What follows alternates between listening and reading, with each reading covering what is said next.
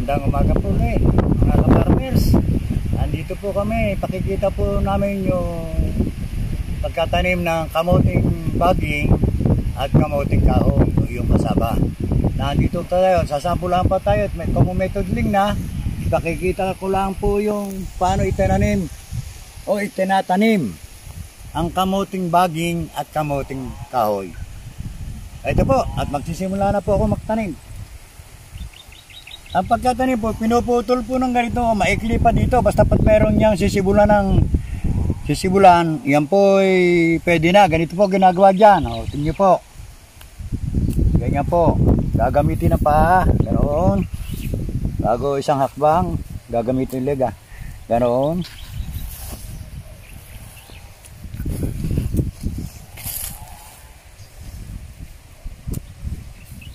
Ganyan po ang pagkatanim ng kamuting kahoy o kasaba.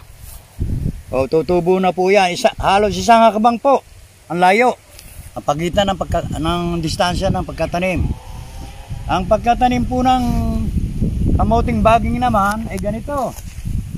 So dalawang uri po ang pagkatanim ng kamuting baging. Yung pong sinasaklob ang tudling. Bago ginagamitan po ng kahoy, binobuo yung baging ng kamoting o kamoting baging. Dito naman po sa amin, ganito lang kasimple ang katanim ng kamoting baging. O ganyan po. O. Tatabunan na po yung ganyan. Yan.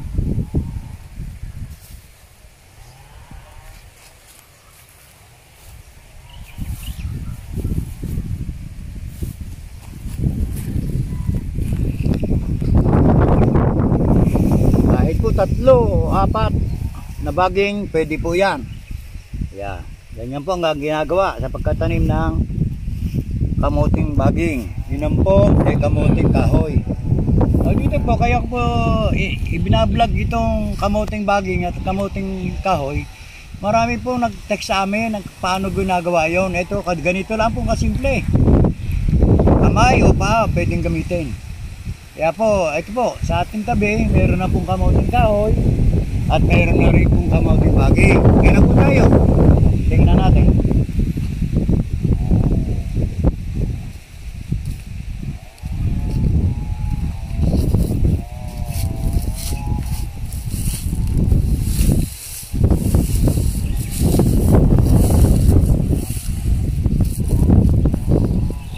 Ito po yung kamuting baging. Ito po kamuting baging na ito ay kung tawagin ay binikol. Marami pong lahi itong kamuting baging. Meron pong decolores, yung kulay ubi po ang laman. Meron pong yung nga binikol, at meron ding bureau na sinasabi sila. Pero dito po, pangkaraniwan tinatanim sa amin yung binikol. Ayan po, malapit na po itong harvestin. Ito pong unang linggo ng March, harvestin na po ito. Ang kamuting baging po ay bali 3 buwan at kalahati hanggang 4 na buwan. Mula sa pagkatanim, doon na ni-harvestin. So kung nagtanim tayo ng Enero, Pebrero, Marso, Abril, Mayo, o bago mag-Mayo, harvest na po ito. 3 buwan, kalahati hanggang 4 na buwan.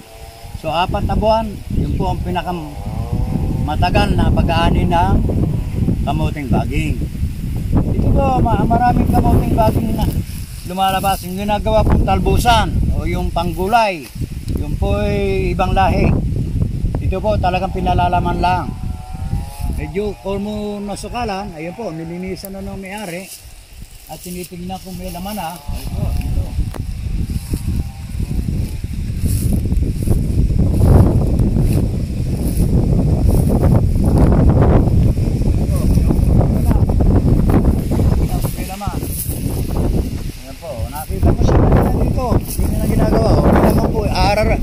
Gagawin po dyan, tatabasin po ito, kukuhanin itong pinakabaging, tatabasin po yan, pagkatapos aararuhan, lalabas po yung laman ng kamuting baging. So ito po yung binikol kung tawagin. ililipat naman po sa ibang taniman yung mga surol o tangkay nito. Mahaba po kasi tingyo ayun na, 2 putol, pwede na yan. Ang mahalaga lang po mabuhay.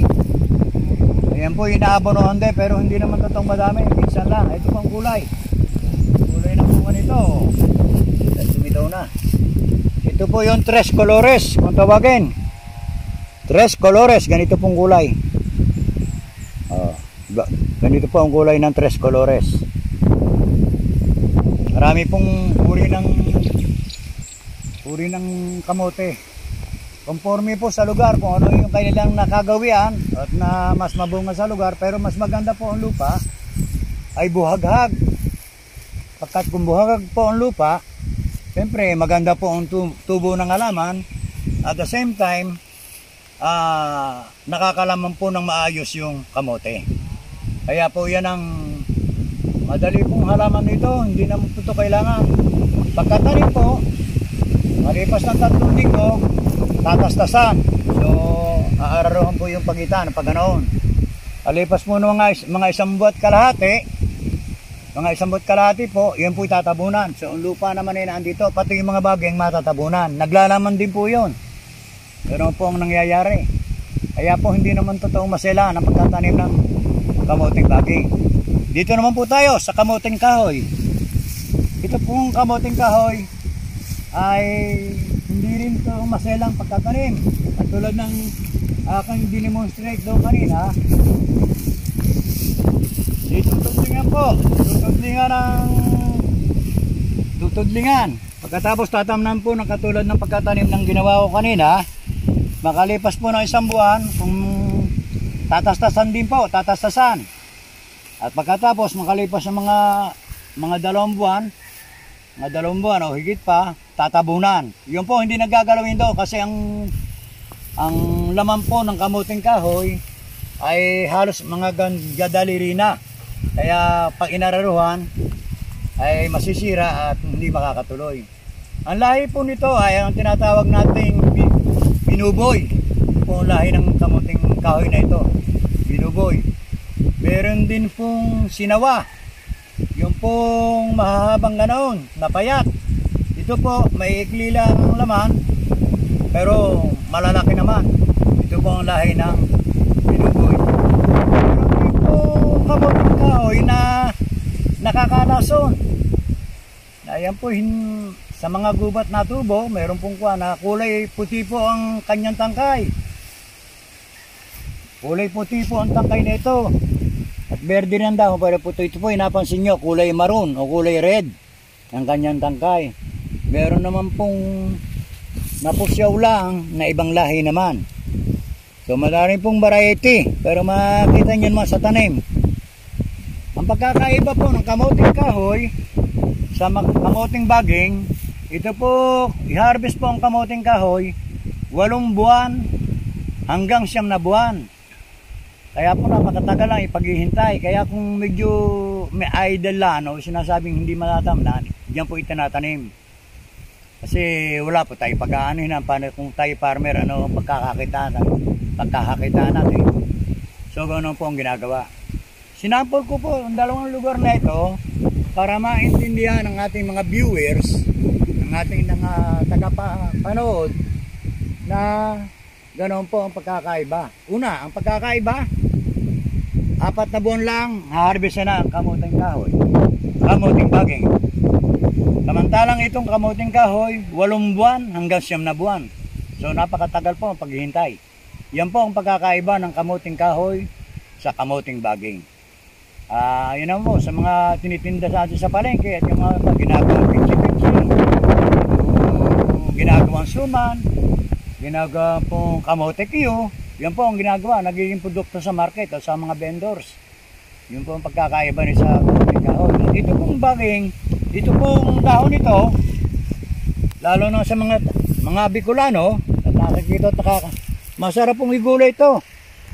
Ito po kinukuhan talbos bago ginagataan. Abay, masarap din ho masarap. Yan po kinukuha ay pinakatalbos. Kailangan kinukuha po yan doon sa mga lugar na hindi naman itinanim. Pero pagka ganitong tinanim, hindi po binabawasan yan ng talbos. Ay para din pong lain yung ginagawa. Alam niyo naman mga Bicolano, napakasarap magluto. Lalagyan ng sili, ay talagang pandali na. Pag nakatigim tayo nitong talbos ng kamuting kahoy.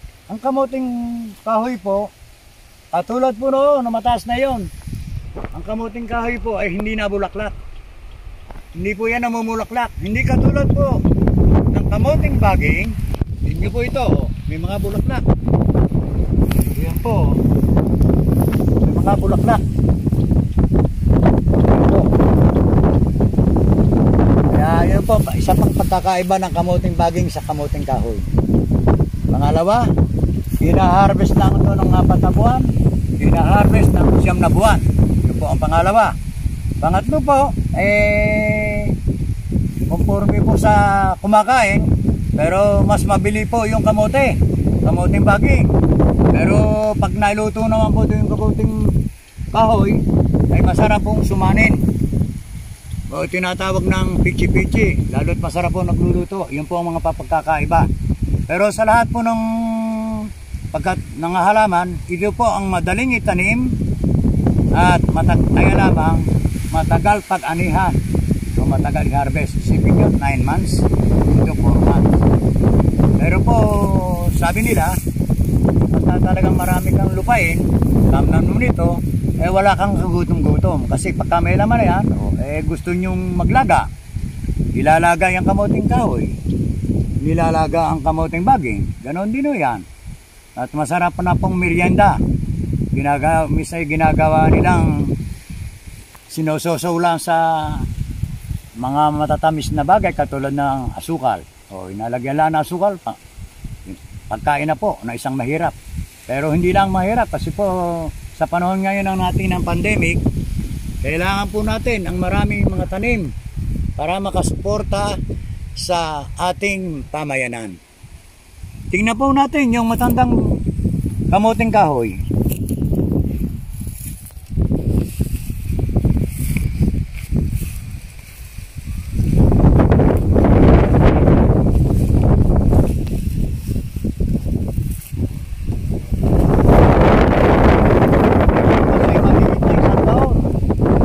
Gaano kataas ang puno ng kamuting kahoy.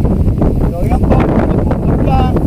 Pag itatanim, katulad ng pagka-demonstrate ko kanina, ganoon pong kaikli o mas maikli pa doon, ganyan po ginagawa. Pero ito po, marami na laman to. Pagkakailangan mayroong bibili, bubunot lang ako dito.